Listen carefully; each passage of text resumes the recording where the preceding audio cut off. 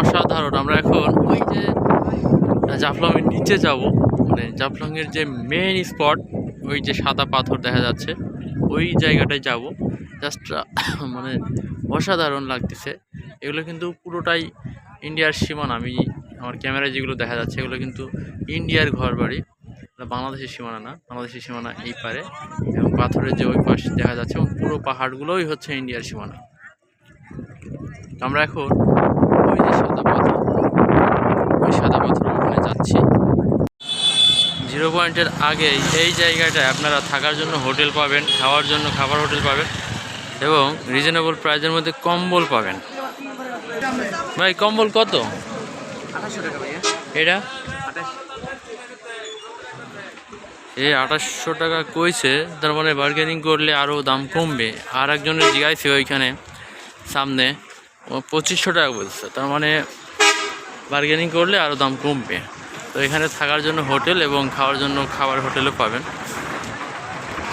প্রচুর কম্বল এখানে বিক্রি হয়, অ্যাভেলেবেল কম্বল আছে এবং এই যে দোকানগুলো ওখানে খাবার হোটেল সব। এবং এই সামনের দিকেই, এই রাস্তার এই সামনের দিকেই হচ্ছে ওই জাফলংয়ের 0 পয়েন্ট, যে সাদা পাথর বা যে মেন ভিউটা সেটা এই পাশেই আছে।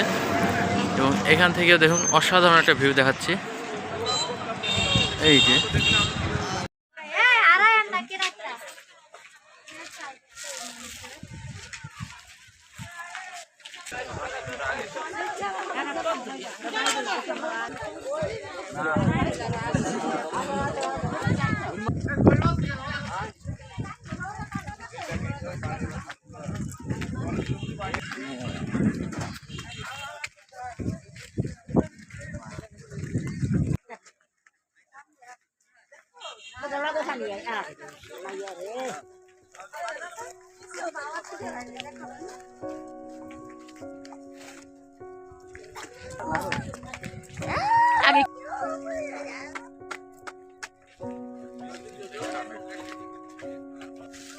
যেটা নেব সেটা 20 টাকা, এগুলো 20 টাকা, এগুলো এটা কি এর আচার?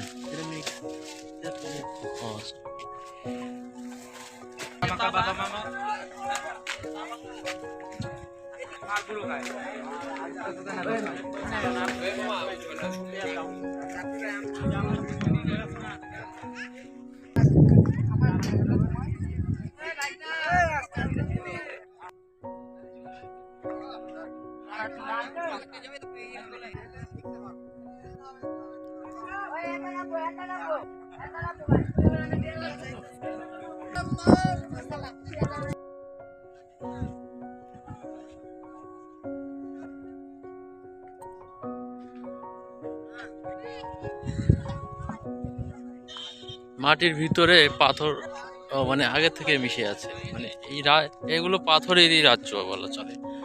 পাথর আর পাথর, মাটি খুঁড়লেই শুধু পাথর বের হবে, এরকম অবস্থা এখানে। এইখানে এসে মনে হচ্ছে আকাশটা মানে এত সুন্দর, এখানে পাহাড়ের সঙ্গে আকাশ একদম কথা বলছে এবং এতটা ভালো লাগছে যে ভাষা দিয়ে আসলে প্রকাশ করা সম্ভব না। এটা পাথরের এরিয়া শুরু হয়ে গেছে। পাথর দিয়ে এখন হেঁটে যত দূরের দিকে যাব, মানে ওপাশে যত দূর যাব সব কিন্তু পাথর দিয়ে হেঁটে যেতে হবে। বালু এবং পাথর মিশ্রিত, যেমন কিভাবে পাথর এগুলো সাজানো রয়েছে।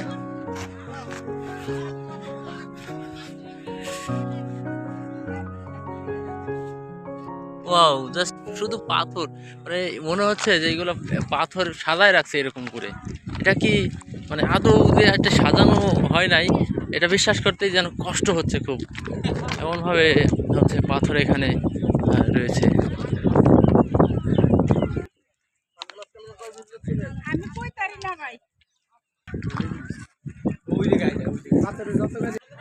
ওই যে ব্রিজ এবং এই যে সেই নদী, পাহাড়ের উপরে ইন্ডিয়ান বসতি ঘরবাড়ি রয়েছে। ওগুলো হোটেলও হতে পারে, কারণ ওই দিক দিয়ে যে যারা ঘুরতে আসে এরা হয়তো এইখানে থাকে। তো বাংলাদেশের সীমানায় পাথরগুলো, এই নদী পার হলে কিন্তু ওটা ওপাশটা ইন্ডিয়া। জাস্ট অসাধারণ ভিউ, সত্যি মনোমুগ্ধকর। এখানে না আসলে আসলে কেউ বুঝবে না যে এই জায়গাটা এতটা সুন্দর হতে পারে, এবং তাও বাংলাদেশে যে এত সুন্দর একটা জায়গা আছে। আসলে ক্যামেরাতে কেমন বোঝা যাচ্ছে জানি না, কিন্তু বাস্তবতায় এতটা সুন্দর হতে পারে এই জায়গাটা, এটা আসলে এসে এখানে দেখতে হবে।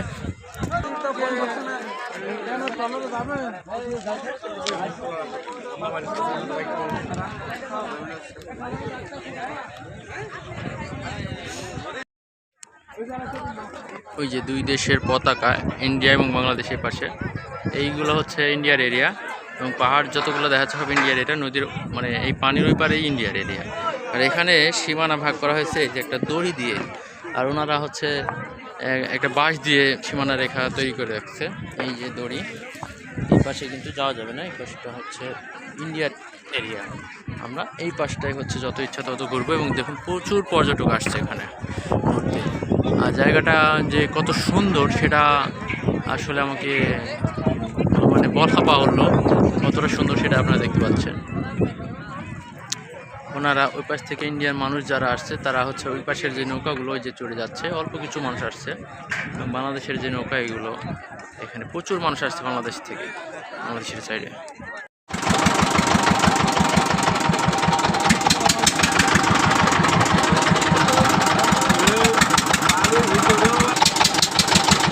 এখান থেকে মার্কেটের ভিতর দিয়ে এই সিঁড়ির উপর দিয়ে ওঠা, এখানে ওদের অটো সেট করা আছে। নৌকা থেকে নিয়ে এসে অটোগুলো 5টা স্পট ঘোরাবে। এখন শুরু হলো 5টা স্পট ঘুরে দেখা।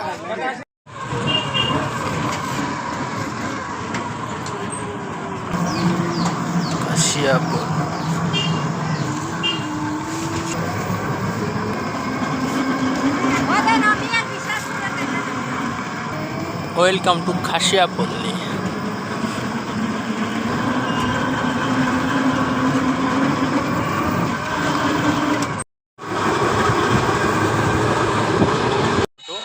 এটা হচ্ছে প্রথম স্পট, চা বাগান। এখন এইদিকে আমরা ভিতরে ঢুকবো, দেখি চা বাগান পরিদর্শন। এই যে সে প্রথম স্পট, চা বাগান। এটা হচ্ছে সমতল ভূমিতে এই চা বাগানটা অবস্থিত। যদিও সমতল ভূমিতে অবস্থিত, তারপরেও চা বাগানটা কিন্তু অনেক সুন্দর, অনেক জায়গা বিস্তৃত এই চা বাগানটা, এবং চাও মোটামুটি আলহামদুলিল্লাহ ভালো হয়েছে। এবং সব জায়গায় এই দোকানগুলো আছে, চা থেকে শুরু করে হ্যাঁ, এইখানে কিন্তু আপনারা সবকিছু পাবেন। এখন যেহেতু শীতকাল, এখানে চাদর পাওয়া যাবে, শাড়ি, এবং চা তো অবশ্যই মাছ দিয়ে আছে।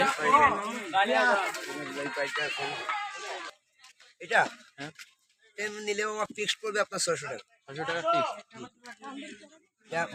গঙ্গা যমুনা ফাইল আছে, কমবে না এটা? না এটা নিচে হবে 400 টাকা দেই না বস, আমি একদম বলছি বন্ধু কাস্টমার তো। এখানে এই যে শাড়ি আছে মোটামুটি ভালো লাগছে। শাড়ি সম্পর্কে যদিও কোনো আইডিয়া নাই, তারপরে মনে হচ্ছে যে ভালো। 600 টাকা দাম বলছে, এই যে গঙ্গা যমুনা ফাইল দেখুন। তাজা চা মাম্মা, তাজা চা সেই মজা।